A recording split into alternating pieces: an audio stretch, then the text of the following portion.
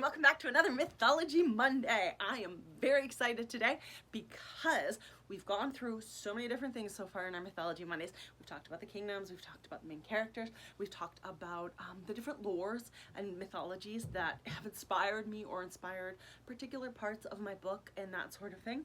And now we're going to dive a little bit more specific into some things. And I'm really excited because we are going to start talking about the monsters and after that the objects and things through different lores and tales that have inspired me. So I'm super excited because there are so many mythological monsters that either have influenced something in my book or the tale of that monster has influenced something, or I just want to talk about them on Mythology Monday. So you're never going to know whether or not this monster we talk about is actually going to show up in my book, whether the idea of the monster or the story that that monster is in is something that will be included in my book, or whether I am just talking about it because I think they're fun.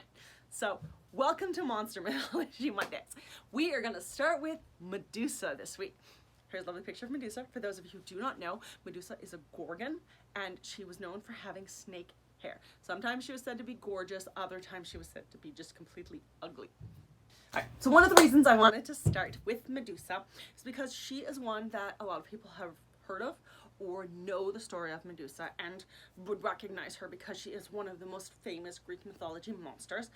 And I think part of the reason that she's so well known is because while she is mostly human, it helps people to identify her more, and she's really human shaped, just with like snake hair that makes people to stone, whereas something like the Minotaur, the Hydra, which is like a giant serpent with like multiple heads, you can't really connect with that the way you can connect with Medusa, which I think is one of the reasons that she is a little bit more well known for mythology. So most people know her hair was made of snakes and that if you looked at her you turned into stone, and that she was eventually killed by the hero Perseus. But here are some things about Medusa that maybe you don't know. She is one of the Gorgons. Yes, there were more than one. There were actually 3 Gorgons. But for some reason, Medusa was the mortal one.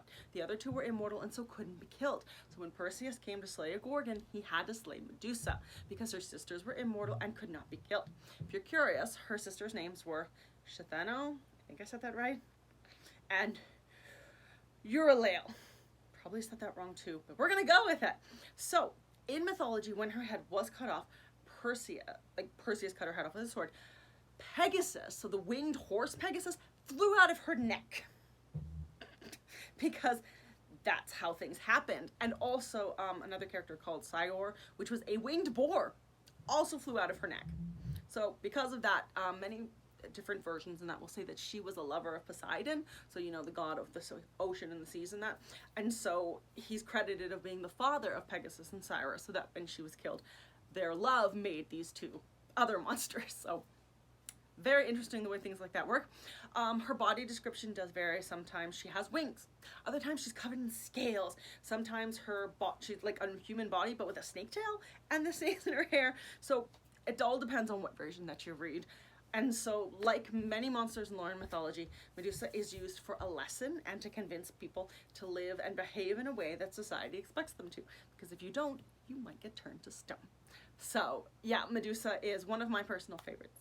And very similar to when I talk about my book review for the book Frankenstein, she is one of those monsters that is very misunderstood, and I think that people end up having sympathy for her because she didn't ask to be the way that she was, and even nowadays people continue to talk about her, and I wonder myself if it's one of those reasons where as a female monster she's being suppressed.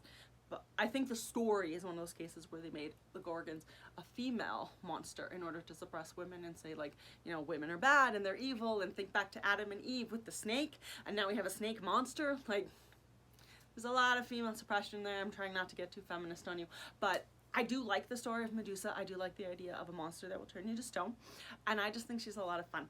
So come back next Monday. We're going to talk about another monster. I'm not going to tell you which one. You have to come back to see.